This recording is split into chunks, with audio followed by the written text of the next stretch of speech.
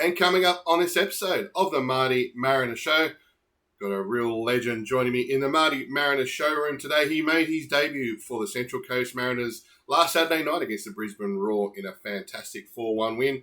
Dylan Wenzel-Halls joins me here in the Marty Mariner showroom for a bit of a chat, bit of a chinwag, bit of a conversation. Absolute legend this guy is. Can't wait to have a chat with him. Better not keep the main man waiting. It's the Marty Mariner Show.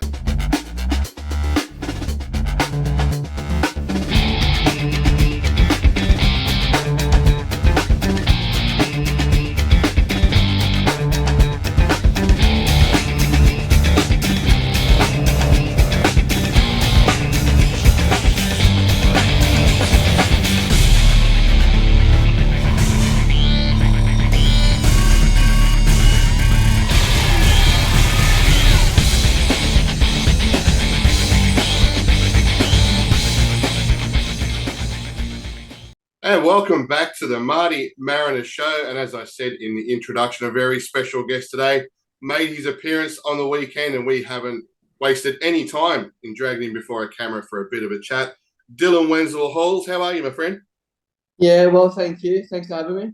No, not a drama at all, mate. I've got to ask you the question we ask every single player first up, mate. Were you always going to be a professional footballer?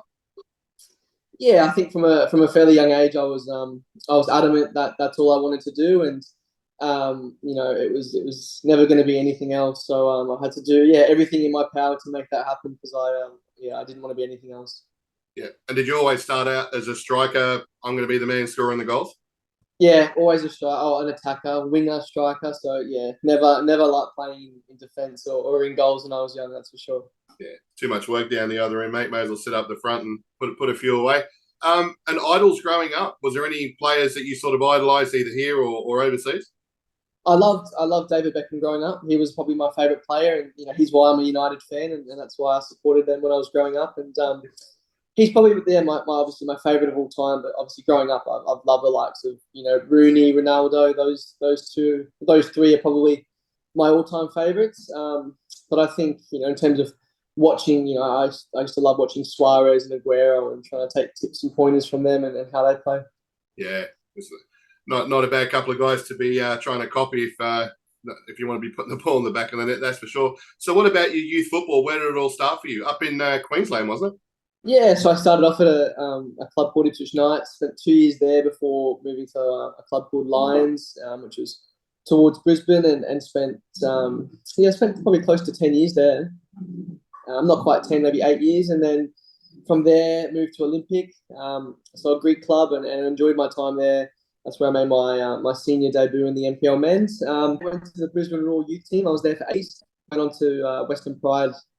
Scored a few goals there, did well there, and I was there 18 months before signing my first professional contract with Brisbane. So I was going to say, what was it like to actually? It's been a journey. Yeah, I was going to say, what was it like actually to get that professional contract? Because as someone who was going to grow up and be a professional footballer, you've obviously watching the A-League going on. What was it actually like? Brisbane come knocking on the door. Yeah, it was incredible. It was a special moment for obviously my family and I, and growing up a Brisbane fan, it was surreal. I got released by Brisbane, and at that sort of stage when you're 17, 18, you get released from the youth team, you think that could be it.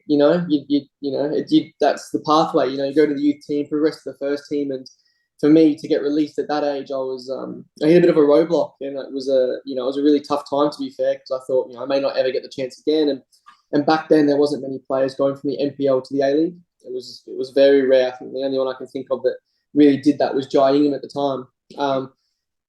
So I had to make a decision, and I went back to my local NPL club, Western Pride, and just worked harder than everyone else around me. And I always had the mentality that even if I wanted to be in the A-League team, they're training 5-6 days a week.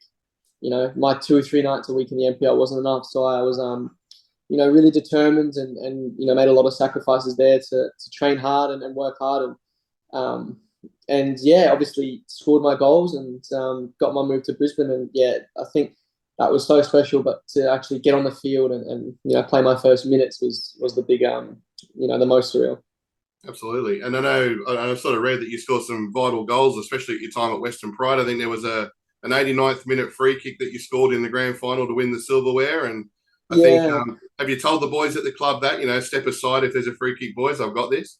I haven't. I don't think they'll let me near him. I think a few of the boys fancy a free kick, but Dan Hall actually, it's crazy. He actually won that free kick. Yeah. So he's not shy of that's his claim to fame in my career. He's saying, I helped you become a professional because that was when I sort of stamped my name down in Queensland NPL and made a name for myself really. Yeah. So Dan Hall, football agent, we can rename him. That's fine. He's be on a percentage, mate, before anything else. And I think you hold a record too. I think it's also you scored 7 goals in a 15-0 win. I think it was against Sunshine or something, a record that still stands. You must have had a field day that day.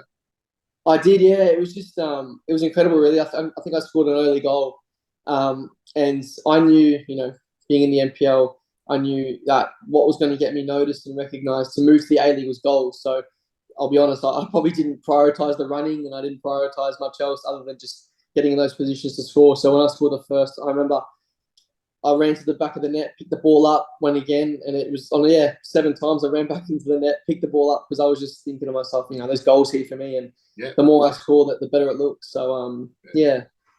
Not a bad haul in one game, and also I think it was the Golden Boot in 1 year there too as well. Yeah, I got the Golden Boot that year as well. I didn't quite finish that season because I went to the Roar mid-season, but Golden Boot that year, and then scored a few goals the year before, and look, that period was a really big period for me because that was when I took a lot of confidence and hadn't played much senior football in the NPL. Obviously, I made my debut at 16, so I was always in and out of the squad, off the bench and stuff like that. So that was my first real taste of senior football. Playing regularly, and that gave me a lot of confidence and belief that I can do it. And it was sort of the belief and confidence that I knew I could do it, but it just sort of backed it up. Yeah, no, absolutely.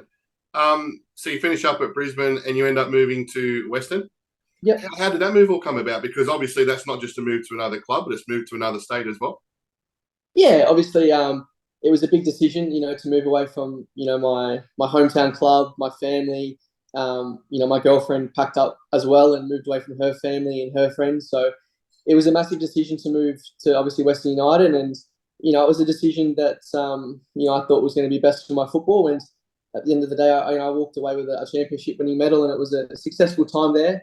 And I really enjoyed my time there. And me and my girlfriend, we love Melbourne and the lifestyle that's there. And then obviously I made a lot of friends, for life there. And to be fair, a few of them have actually played for the Mariners, and Connor Payne, Lockie Wales, and absolutely.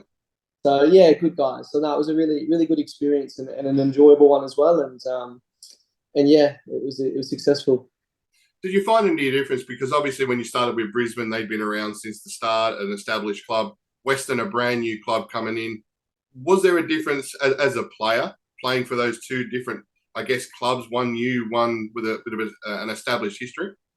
I think so, yeah. I think, at Brisbane, there was a big fan base there already, had been successful in the past, and I suppose had a lot of expectation in terms of, what the fans demanded and to get back to their successful, roots as well. So, it was a little bit different, but, West United were very ambitious and, with the infrastructure and stuff that's going in there. And, I just felt it was a really good opportunity for me. But, like obviously their fan base is growing, and I'm sure in a few years' time they'll have a decent turnout. And they're sort of in a building phase at the moment. But it was a little bit different, I suppose. It was I can't really explain it, but it was different, that's for sure. Yeah, and I suppose the fact of, Melbourne's a sports mad place as well. I'm not saying that Brisbane and that aren't either, but Melbourne, it's just with the AFL and everything too. It's just sport everywhere, right?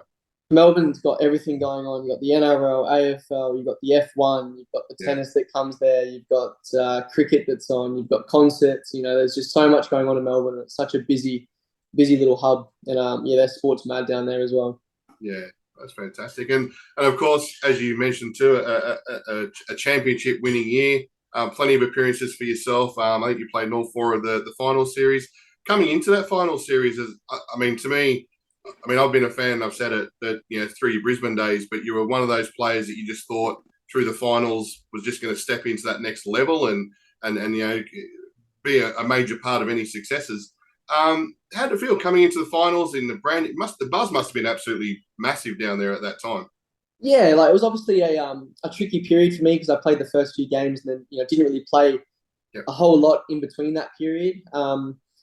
And then coming into finals, I think I played the game before the finals, scored a goal, did all right. So I was lucky enough to play in all four of those finals and play a role in that. And I Mm. scored a few goals and a couple, I think one assist, one goal, which was nice as well to contribute into that semi-finals win. But I think I suppose it was tough, like I said, because during the whole period of not playing, I worked so hard. I never wasted a minute, wasted a moment. So I knew that when I was, going to get my opportunity, that I would be ready. And lucky enough, I did get that opportunity. And it was a really, really great end to the season, and it was a fairy tale, really. Yeah. And tell us about that lead up to the grand final. I mean, it's all every player who plays and wants to play in the big games and the grand finals. That week leading up, obviously a little bit different, or did you try and normalize it as much as you can? Yeah, I think it's the old cliche everyone says, try and normalize it as much. And it's just another game because Yeah. it is. But when you've got the hype and you've got family members coming to watch and you've got the expectation the expectation of winning, and then on the same note, you're so close as well. So you're putting a bit of pressure on the game as well. And you always want it to be that fairy tale at the end of it. You don't want to come away from that game and say, oh, it could have been, or I was so close, or, just not quite there. So, it was definitely surreal. It was a great opportunity, great moment. And I think just the way that the team did it in that time, the double leg semi final, which is not usually normal in the A League, and to come from behind a few times and win it the way that we did at the time was fantastic. And it was it's a moment I'll never forget, and it's a moment that I'll cherish forever because you never know how many finals you're ever going to play in, let alone winning on. So no, it's incredible. Absolutely. And I know in speaking to luckily a few of the Mariners boys, but they just had a feeling at training that week that it was going to happen. They just had that buzz, that just a different feeling. Is that something you think you can look back now and go, yeah, that feeling was really good that week at training? I think so. I think because we obviously 1-0 down against Victory in the first leg. And I think just the way that we come back from that, we went 1-1, and then we went 2-1 down, and it was Jake Brimmer scored two unbelievable goals, and it just felt like at the time it's like he's scored another bomb, like nothing's going to go our way. Yeah. And then to have the second half that we did, where we scored 2 or 3 goals and really played like unbelievable football at the time, I think that sort of, not that felt like the final, but after that game, it was like, oh, we're on here. Like, that was an unbelievable performance. And we knew that, Melbourne City would be at home watching that game going, wow, like, I don't want to play these guys next week. We sort of had that vibe and that buzz, and we were very confident going into the final. But, in finals, anything can happen. And I've experienced some unbelievable finals up in Brisbane in the stands, obviously watching Brisbane play Mariners, and just, come finals day, anything can happen. Yeah, no, I don't recall that grand final that happened in Brisbane that year. I think for some reason I've forgotten all about it, mate. So anyway, we will move on. And just the game itself, I think Melbourne City had about 60% possession. You guys were very compact playing the game. Was that generally the gameplay? It was like, let them play the ball around, but we know we can score when we all push forward. Yeah, I don't know. I think a lot of that time that season, we found ourselves going 1-0 up early and sort of just holding a 1-0 lead, because we were so good defensively. We had such good players at the back there that could defend. So I don't think that was the game plan in particular, but I think in finals, when you get that lead, you need to hold on to that, and you do anything, and you go through that extra gear and that extra mile to make sure that you can hold on to that to get the result in the end. Absolutely. And you get to lift the toilet seat itself. As a player, I mean, there's targets, there's aspirations, there's dreams of winning these things. And then it actually happens for you. Obviously, does it fire you up and say, I want to do it again? Does it tick the box and go, well, I've done that now, I need to set myself some different challenges? How does that mindset work after that? No, I think definitely having that feeling, and that, even that week after that feeling, and that feeling, the week before that, and then winning it, and then the week after it, you just, as a player, that's what you dream of. And I think, everyone in that moment, was saying, geez, let's do this again. It'd be a fantastic thing because everyone wants to win trophies. And at the end of the day, that's what you work, that's what you have a 15, 16-week preseason for and play 26 rounds for. And, you give everything to win that toilet seat at the end. And, to win that, like I said, once in your career is an amazing, experience and opportunity, so, everyone always wants to win as many as they can, and I'm looking forward to our run into the final series, and hopefully, this season we can have success, because I think we've been playing well at times, and I think the weekend we were brilliant. So I think yeah, obviously that's the goal. You always have the goal of winning. Yeah, absolutely. And so you end up you come down to the Mariners. So how did it come down to finishing up at God's Country? Obviously I've known Monty a long time. He come to be fair, he come to Ipswich and watched me train at Western Pride, and he tried to sign me when he was the assistant coach, and we didn't quite get there in the end, and then he got his chance as a head coach, which I'm so happy for him to do so, because I always knew he had it in him, and he was a fantastic player, and not all players make good coaches, but I can definitely vouch that Monty is a great coach, and the way he manages his team and talks to his players is fantastic. So to come here was a great opportunity, and it's an opportunity that I really wanted to take up. At Western United, I wasn't sort of playing as much as I would have liked. After the first 4 or 5 games. So as soon as I knew Monty was keen, there was only one place that I wanted to come, and that was here. And I think the style of football the boys play, the players that are here, the opportunity that the coast and obviously the Mariners give to younger players to give them a platform to go on and showcase their abilities is something that I really wanted to be a part of. And I also looked at it from a performance perspective. I think they create so many chances, they score so many goals, and the style of play I think really suits me with the 2 strikers. Whenever I played my best football, I've always played with 2 strikers. At Brisbane, I played with Scotty McDonald and had joy and success. And at West United in that final series, I played up top with Prijovic and had success. So to come to a team that plays with those 2 strikers up top and that's sort of the foundation of their system, really excited me, and that's something I really wanted to be a part of. Yeah. And did you first day seek out Jason Cummings and say, "Hey mate, I'm up front with you. How you doing?" Not quite, no. Obviously, coming here, I knew that there's a lot of quality players. You got Marco, who was performing well at the time and still performing well, and you got Jason, who's a fantastic player, and then obviously Maresh has just come back from injury. So I think that's the best thing about this opportunity at the moment, is there's so many competition for places. Everyone's pushing each other.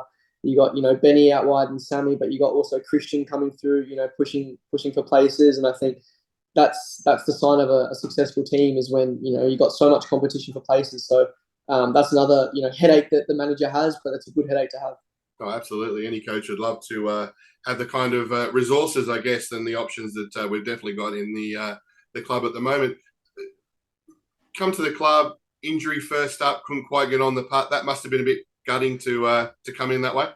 Yeah, honestly, it sounds dramatic, but that was heartbreaking. Hey, I come here, and when you join a new club, the first thing you want to do is hit the ground running, and I looked at the opportunity and said, I've got 12, 13 games to go, and I really want to have a really good end of the season, and I was absolutely buzzing to join the club, and yeah, just wanted to hit the ground running and hit my straps early, and it was 25 minutes into my first session. It was just an awkward landing. I've gone up for a header. The pitch was a bit soft, and I've just gone over my ankle and did a few ligaments and cracked some cartilage. So honestly, it was heartbreaking at the time. I was just thinking, like, what's my luck here? Like, how could this have happened? And you would never have pictured that. And in my head, it was only ever positive things that were going to happen when I come here. So I was going to come in, I was going to get the minutes and play, and obviously try my best to contribute and play well. And for that to happen was just, it was devastating at the time. And but yeah, obviously then it's only made me even hungrier and more motivated to get back on the park as well. Because when I didn't play for 5-6 weeks at Western, and then to come here and be looking forward to playing and then have that injury. Now I'm so eager to get back out there. We've got 4 games to go, and we talk about it, 4 cup finals, because every game's important, and in our push for the final series. No, and absolutely. And I know in like speaking to you over the last period of time, just close. We're getting close. It just seemed to be this 1 week closer, 1 week closer, just wanting to get on that team sheet. How did it feel? I presume last week Monty said, "Righto, you're on the bench. Here's the shirt." That must have been at least a lot better feeling for you. Yeah, I obviously tried my best to get out there for the MacArthur game, and my ankle just wasn't right. I couldn't run properly. There was still so much pain, and then I tried for the victory game, and it still wasn't quite right. But I probably could have gone out there and I wouldn't have been able to give 50%. So it was not worth it, for that perspective as well. And then that international break really helped. I got 2 weeks of training there, and then when obviously Monty called me in the office a few days before the game against Brisbane and said, "Look, how are you feeling? How's your body? And are you confident on it?" And I was confident on my ankle, and my body was fine. So I said, "Of course, I'm not taking no for an answer. I need to play. Like it's been too long, and I'm itching to get out there." So to finally just get out there, I think, and that was the biggest thing for me, was just to get out there. And it was always doubt in the back of your mind when you've come back from an injury, and just to go out there and get back on the field and be a part of such an amazing win as well, because we played some good football. And that's the kind of stuff that you miss when you're injured. So to come out there and play, and as well at home in front of the fans, it was a good turnout, and it was a good win for the fans as well. So it was it was a really special night. No, absolutely. It was great to be there, great atmosphere, and as I said, there was many a cheer around me when you made your run on there in the latter part of the second half. What do you put it down to? The game before that, before the international break, we went down to Victory, and there's this whole talk about can't win in Melbourne and all this sort of stuff, and it wasn't our best performance. And then a fortnight later, we sort of turned it around and we come out against Brisbane, looked like world beaters, and now we're the talk of the town about watch out for the Mariners again. What do you put that down to in the space of a fortnight? Yeah, I don't know. I think football's funny like that, isn't it? It's honestly such a funny game, and it's a matter of an opinion. And against Victory, I don't think we just didn't show up. We just weren't at our best.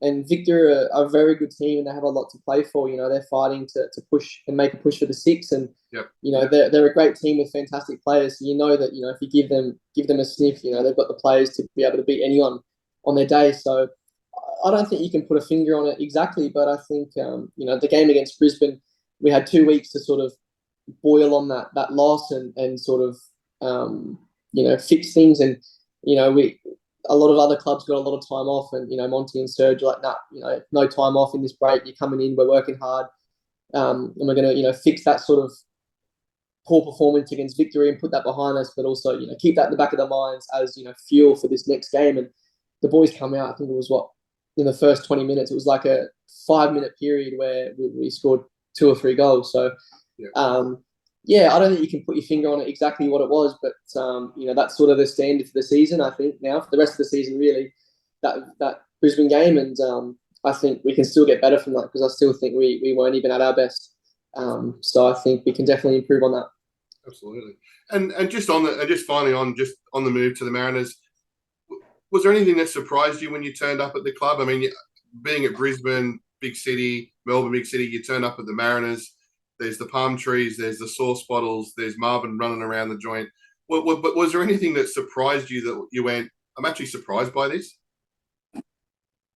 Yeah, I just think when you play against the Mariners and you come to Terrigal and then you go to the stadium, you just look around, you just say, what a beautiful place the coast is. You've got the beach there, then you go to the stadium, and it's such a nice scenery, and it's picture square, and it's beautiful. So I think to come to the Mariners, and you're waking up and you're at the beach on your doorstep, and you've got the beautiful stadium is now your home ground, and it's not this luxury of, oh, I'm coming here for the game and take a photo to show your mum and dad and your girlfriend. This is home now, and it's so amazing. And I think the other thing that I noticed as well is how family orientated the club is. After the game, staying back, and you've got hundreds of kids and people wanting photos and autographs, and just seeing the smiles on their faces. The impact that the Mariners players do have on the community is fantastic. And I think and I think it certainly helps being a one club area as well. That's for sure, and not having to battle with AFL and NRL and all those sorts of big leagues as well. But no, it's been an amazing experience so far, and off the field I can't fault anything. My teammates have been fantastic. The staff have been great. It's a beautiful place to live and explore. And I'm just looking forward to getting more minutes on the field. And that's the only thing missing at the moment. Absolutely. To get on the park and do something. Well, you mentioned about the next 4 games. We'll sort of jump a bit forward. Our next home game, Melbourne City at home against the league leaders, will be tough.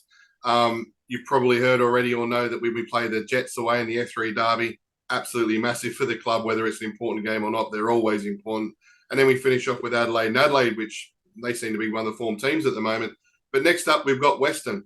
Now, have the boys kicked you out of the WhatsApp chat? You don't get to talk to them anymore? Or have there been any messages coming down saying, we're seeing you on the team sheet now?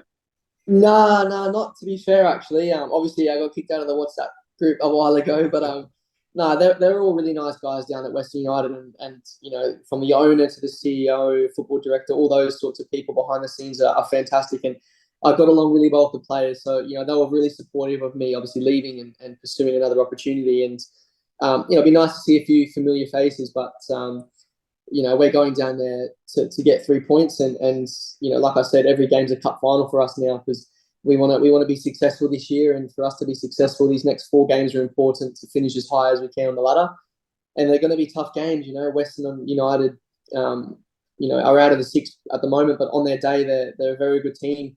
As a Newcastle and Adelaide obviously are flying at the moment, they're doing really well. So there's no easy games in the A-League, and I think it's probably one of the most exciting leagues. From last place to 6th place, I think I looked at it's like 4 points or something, 5 points maybe. So exactly.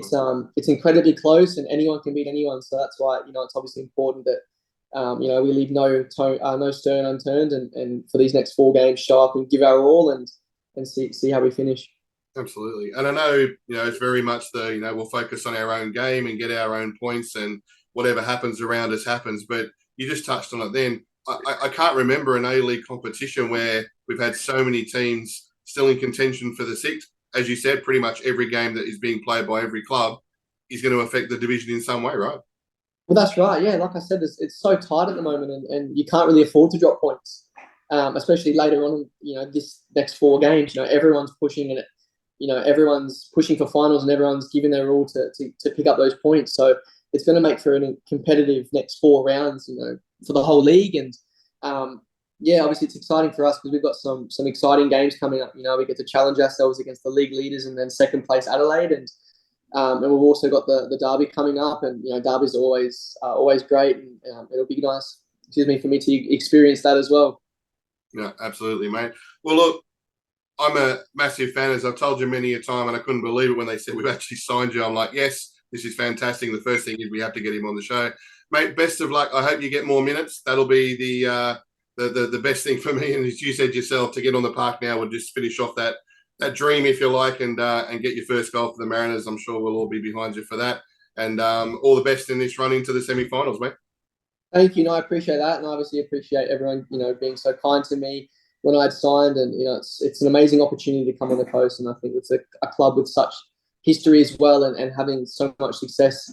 In the early days is something I'm really excited to be a part of, and I just want the fans to know that I'll give my all every game and work so hard, and I hope I can contribute in goals and assists and just contribute to the team's style of play. And I think this team is really, really exciting, and what Monty and Serge have built around this team is fantastic, and I think it's an exciting opportunity for everyone.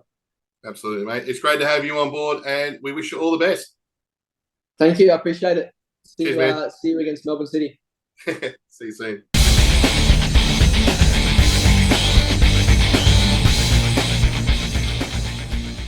And that is our show for today. A massive thank you once again to Dylan Wenzel-Halls for joining us here in the MartyMariner studio. Massive 4 games coming up, as Dylan said, and I really, really hope, and I'm sure we will see more and more of Dylan kicking a ball in anger out there in these games. As he said, every game is a grand final, but we really appreciate him taking the time to be here, and wish him all the best for the rest of the season and the seasons ahead. If you like the video, don't be afraid. Hit that thumbs up button. Just lets me know that you're loving the content that we're doing here at the show. And don't forget, subscribe to the channel. We're pushing towards 100 subscribers, which is so cool. It is free, my 2 favourite words. Subscribing to the channel just opens it up. It lets everyone else know that there is a channel out there doing Central Coast Mariners content, and we want you to see it. Of course we do. And don't forget to hit that notification bell. We have a lot of interviews lined up over this next 4 to 6 weeks. So make sure you hit that notification bell. You'll be the first to know when they are up and ready. Thank you so much for watching right up until the end. Really enjoyed talking to Dylan. He's an absolute class act on and off the field. I'm sure we'll get him back on the show again sometime soon. Thanks for watching. Really appreciate it. It's been the MartyMariner Show.